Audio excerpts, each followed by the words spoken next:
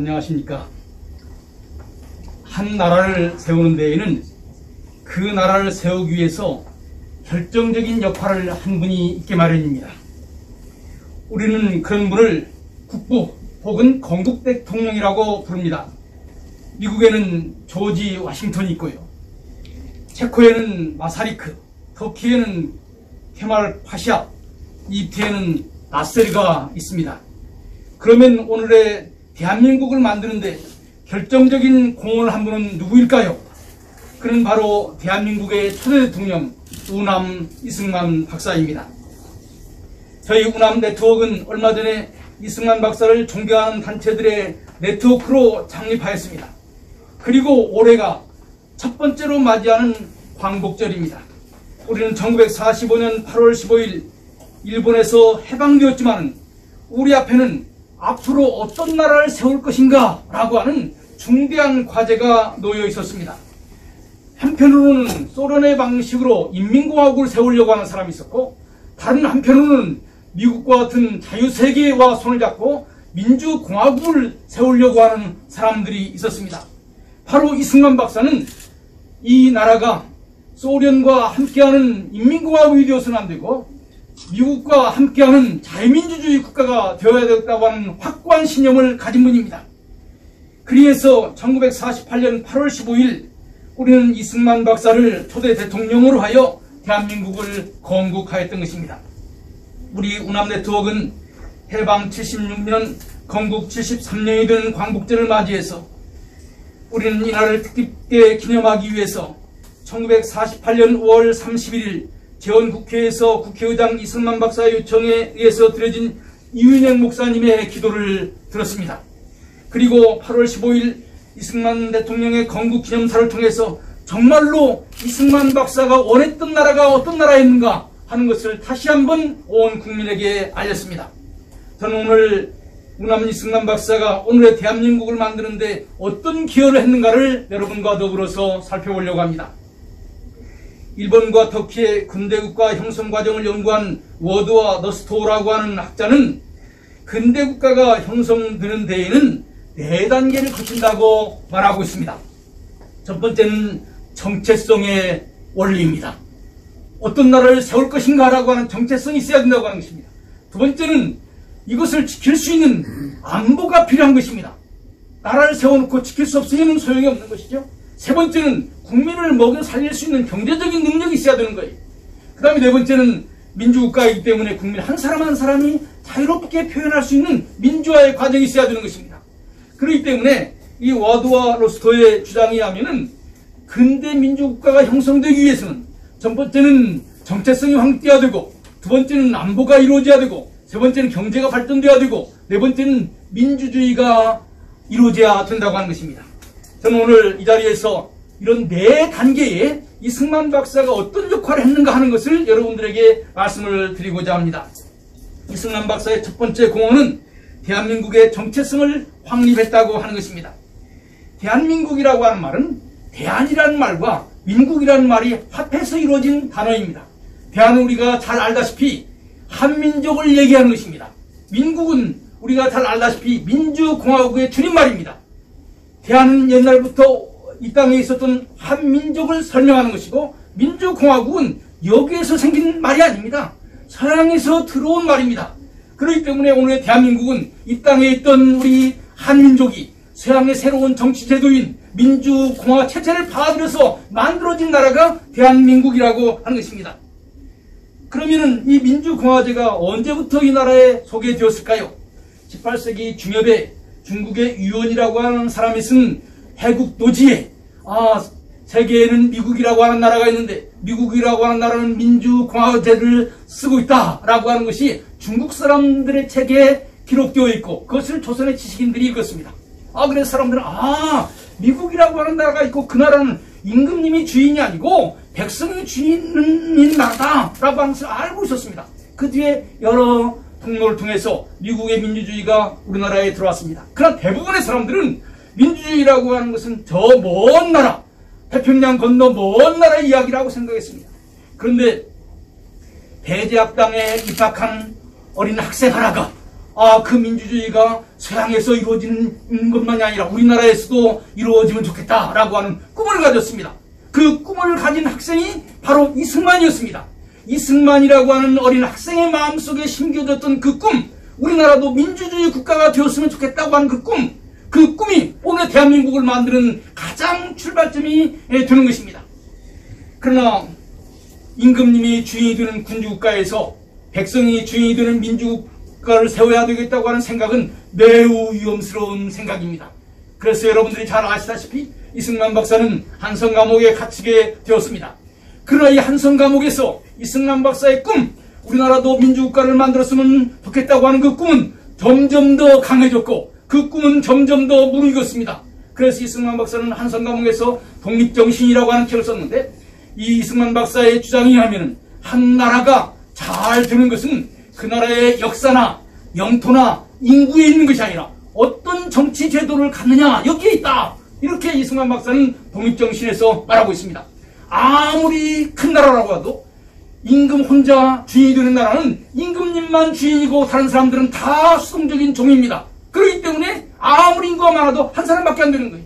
그러나 작은 나라라도 모든 사람이 주인이 되면 주인이 많은 것입니다. 그래서 혼자 주인인 나라와 주인이 많은 나라가 어느 나라가 잘 되겠느냐. 그래서 결국 민주주의를 하는 나라만이 이 세상을 이끌어갈 수 있다라고 이승만 박사는 갈파했던 것입니다. 정말로 1900년대 초에 놀라운 통찰이 아닐 수가 없습니다. 이런 이승만 박사의 꿈은 한일 병합으로 나라가 망한 다음에 더욱 강해졌습니다. 한편으로는 나라가 일본에게 빼앗겨서 가슴 아픈 일이지만은 이승만 박사는 어차피 대한제국은 사라져야 될 나라고 우리가 꿈꾸는 나라는 국민 한 사람 한 사람이 주인이 되는 민주국가다, 이런 생각을 하고 있었던 것입니다. 이런 꿈이 연그러서 열매를 맺은 것이 1919년 3.1운동과 그 후에 이루어진 대한민국 임시정부에서 이루어진 것입니다. 1919년 4월 11일 대한민국 임시정부가 만들어졌습니다만, 임시정부가 만들어지기 전에 얼마 전부터 상해에 있는 현순이라고 하는 목사님은 미국에 있는 이승만 박사에게 이런 모든 자초지종을 설명을 했습니다. 이승만 박사가 현순에게 연락을 했습니다. 앞으로 세워지는 나라는 기독교적인 정신과 미국의 민주주의를 따라서 나라를 만들어야 된다. 그렇게 해서 만들어진 것이 1919년 4월 11일 대한민국 임시헌장입니다. 대한민국 임시헌장 제1조가 뭔지랍니까? 대한민국은 민주공화국이라고 하는 것입니다.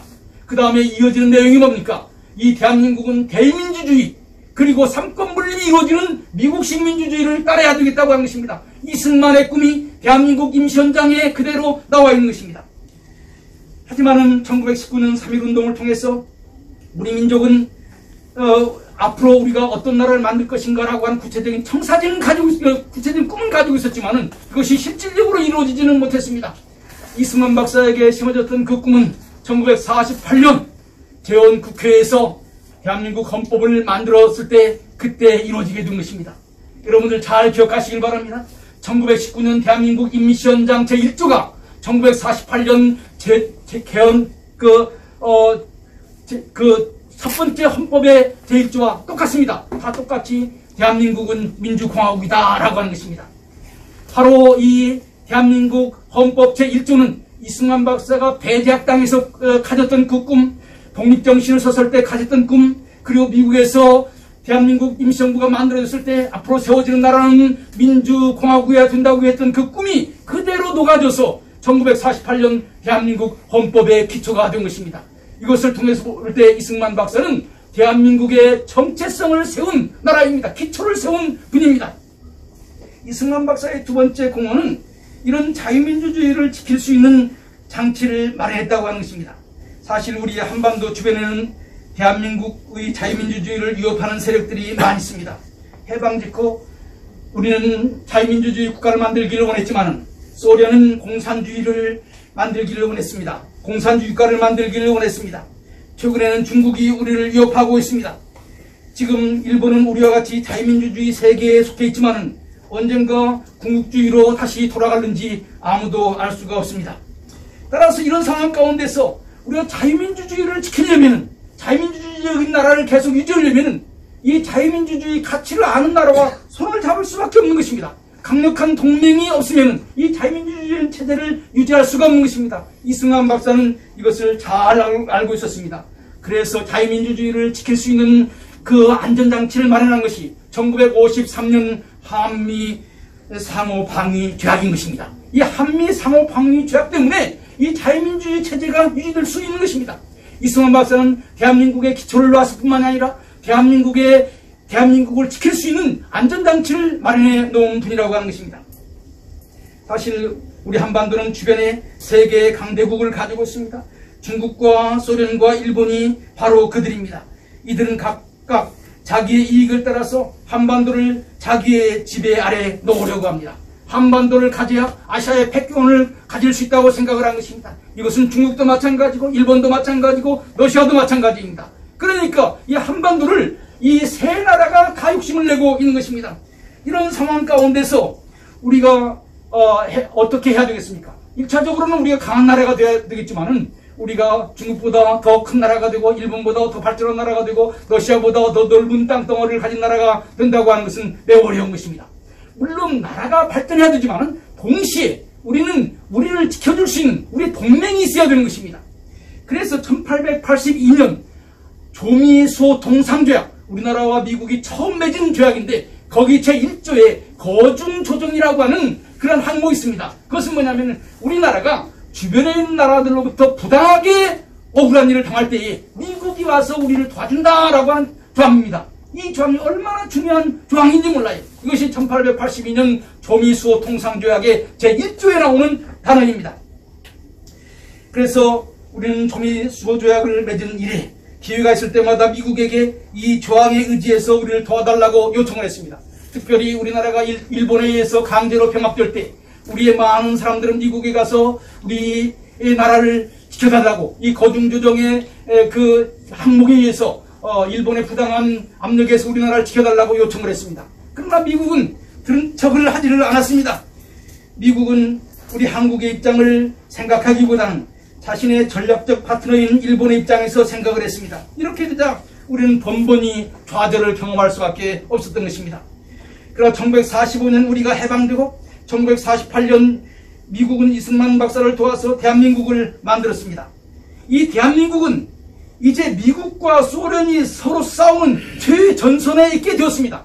과거에는 대한민국은 미국에 의해서 별로 관심 없는 나라지만은 이제 1945년에서 48년에 이르는 과정 가운데서 한반도는 소련과 맞서 싸우는 미국 전선의 최앞장에 서 있었고 이 한반도가 실패하게 되면은 소련이 그리고 이기게 되면은 미국이 실패하는 이런 새로운 상황에 오게 된 것입니다.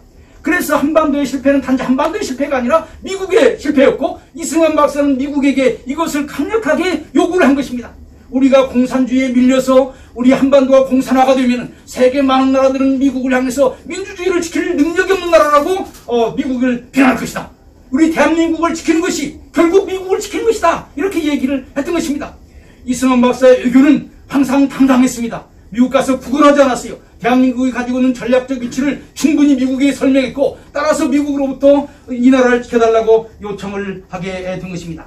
그렇게 해서 이제 1950년 6.25 전쟁이 일어났고 사실 미국은 한반도에서 발을 빼려고 했지만 이승만 박사는 미국을 설득해서 소위 한미 수호 방위조약을 맺게 된 것입니다. 이렇게 해서 한반도를 지키는 것은 이제 미국의 임무가 되었고 그 범주 내에서 우리는 자유와 평화와 번영을 누릴 수 있게 된 것입니다.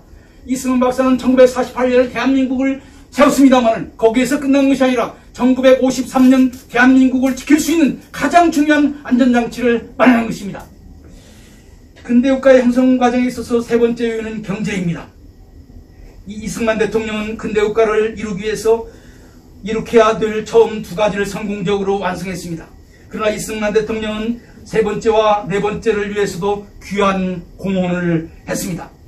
우리는 대부분 이승만 박사가 경제에 대해서 기여한 것은 별로 없다고 생각을 합니다. 하지만 이승만 박사는 누구보다도 세계 경제를 잘 알았습니다. 이승만 박사의 박사학위 논문은 이런 국제 통상을 위해서 바다가 얼만큼 중요한가라고 한 것을 썼습니다. 그러니까 이승만 박사보다 국제 무역을 잘 아는 분이 별로 없었다고 저는 생각을 합니다. 우리가 이승만 박사에 대해서 연구해보면 그가 얼마나 대해서 많은 경제에 대해서 얼마나 많은 관심을 가지고 있는가를 잘 알 수 있습니다. 이승만 박사의 농지개혁은 정말로 놀라운 것입니다. 사실 경자유전, 땅을 기경하는 사람, 농사를 짓는 사람만이 땅을 갖는다라고 하는 것은 한편으로 보면은 절대적인 소유권을 제약하는 것 같습니다. 이런 측면에서 어느 정도 사회주의적인 요소가 있다고 말할 수 있습니다. 그러나 동시에 유상 매입, 유상 분배를 통해서 그 과정을 자본주의적인 거래 과정으로 만들었다고 하는 거예요. 그래서 자본주의적인 체제 아래서 농지개혁을 한 것입니다.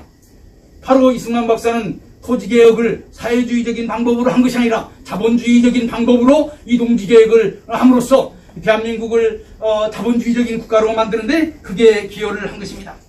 사실 이승만 박사가 농지개혁을 한 또 다른 중요한 이유는 자유민주주의의 본질을 잘 이해하고 있었기 때문에 그렇습니다. 자유민주주의는 근본적으로 개인의 권리를 매우 중요하게 생각을 하는 것입니다. 그런데 이 개인의 권리라고 하는 것이 개인의 소유가 존재하지 않는 한 사실 의미가 없습니다. 돈이 있어야 물건을 살 수 있죠? 살 수 있는 권리는 있는데 돈이 없으면 아무 소용이 없는 것입니다. 그래서 자유민주주의가 제대로 뿌리를 내리기 위해서는 국민의 한 사람 한 사람이 자기 재산이 있어야 된다고 생각을 한 거예요. 그래서 농지개혁을 통해서 평범한 농민들에게 땅을 분배를 해주었고 그 자기 땅을 가진 농민들은 이제 이 나라를 지켜야 되겠다고 하는 생각을 하게 된 것입니다. 이승만 박사 이런 농지개혁이 없었더라면 오늘의 대한민국은 존재하기가 어려웠다고 생각을 합니다. 이승만 박사는 1954년 한국전쟁 직후에 이루어진 개헌을 통해서 통제 경제를 고쳐서 시장 경제를 확립을 했습니다. 이건 매우 중요한 것입니다. 국영기업을 대거 민영기업으로 전환했습니다. 미국은 한국에 막대한 원조를 하면서 한국 경제 구조를 바꿀 것을 요구했습니다.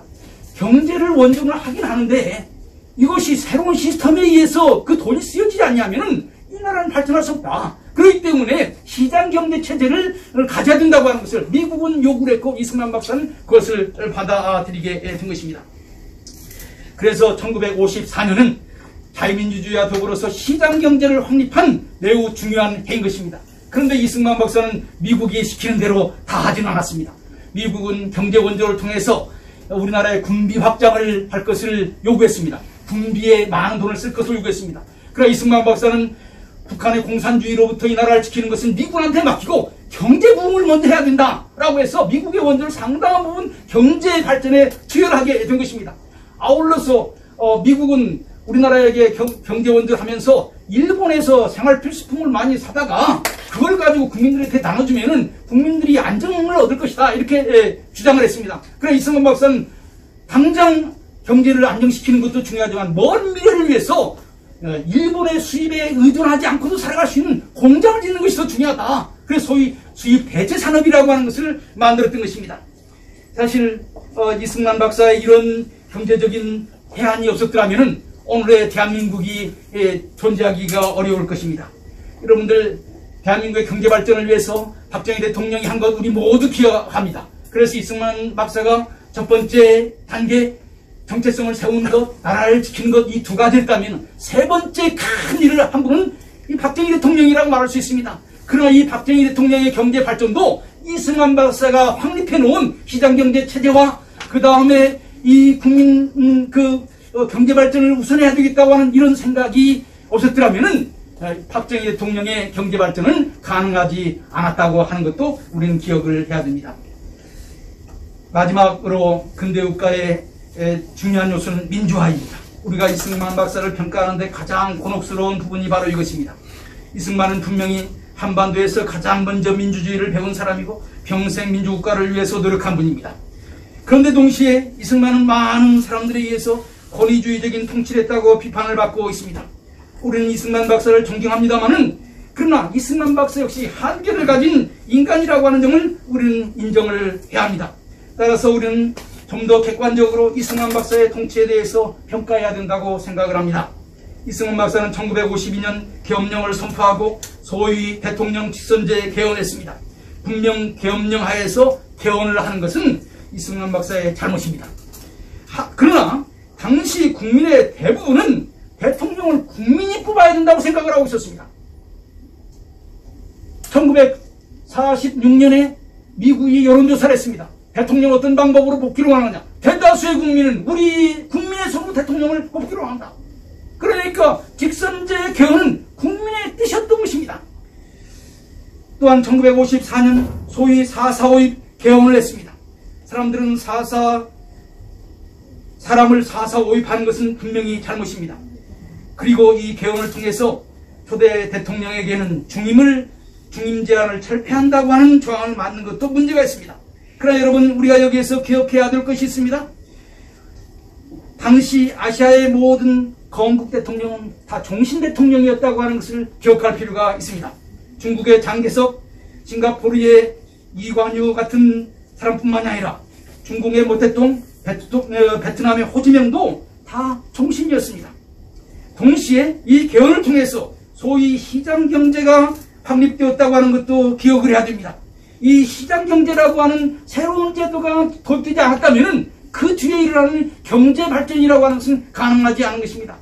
이승만 박사가 4.4.5입 개헌을 통해서 혹은 계엄령하에서 개헌을 통해서 자유를 억압한 것도 사실입니다만은 바로 그것을 통해서 이루어진 이승만 박사의 정치적인 업적이라고 하는 것은 대통령을 뽑는, 한나라의 지도자를 뽑는 가장 귀한 권리를 국민에게 다시 돌려준 것이고, 4.4.5입 개헌이 잘못된 것이긴 하긴 하지만은 그러나 그것을 통해서 오늘날 우리가 발전할 수 있는 시장 경제를 마련했다고 하는 것도 우리는 솔직히 인정을 해야 되는 것입니다.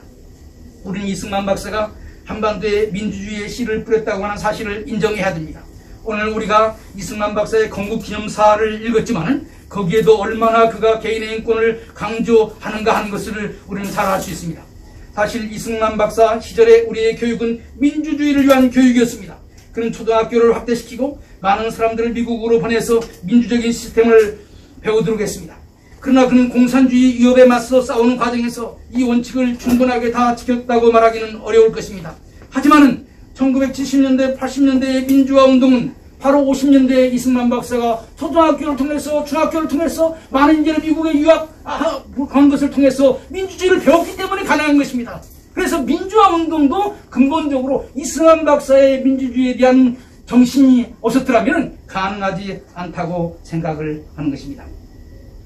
어떤 학자는 대한민국이 제2차 세계대전 이후 가장 성공적인 국가를 만들 수 있었던 유일한 이유는 바로 자유주의적인 독재 체제를 가졌기 때문이라고 주장을 했습니다.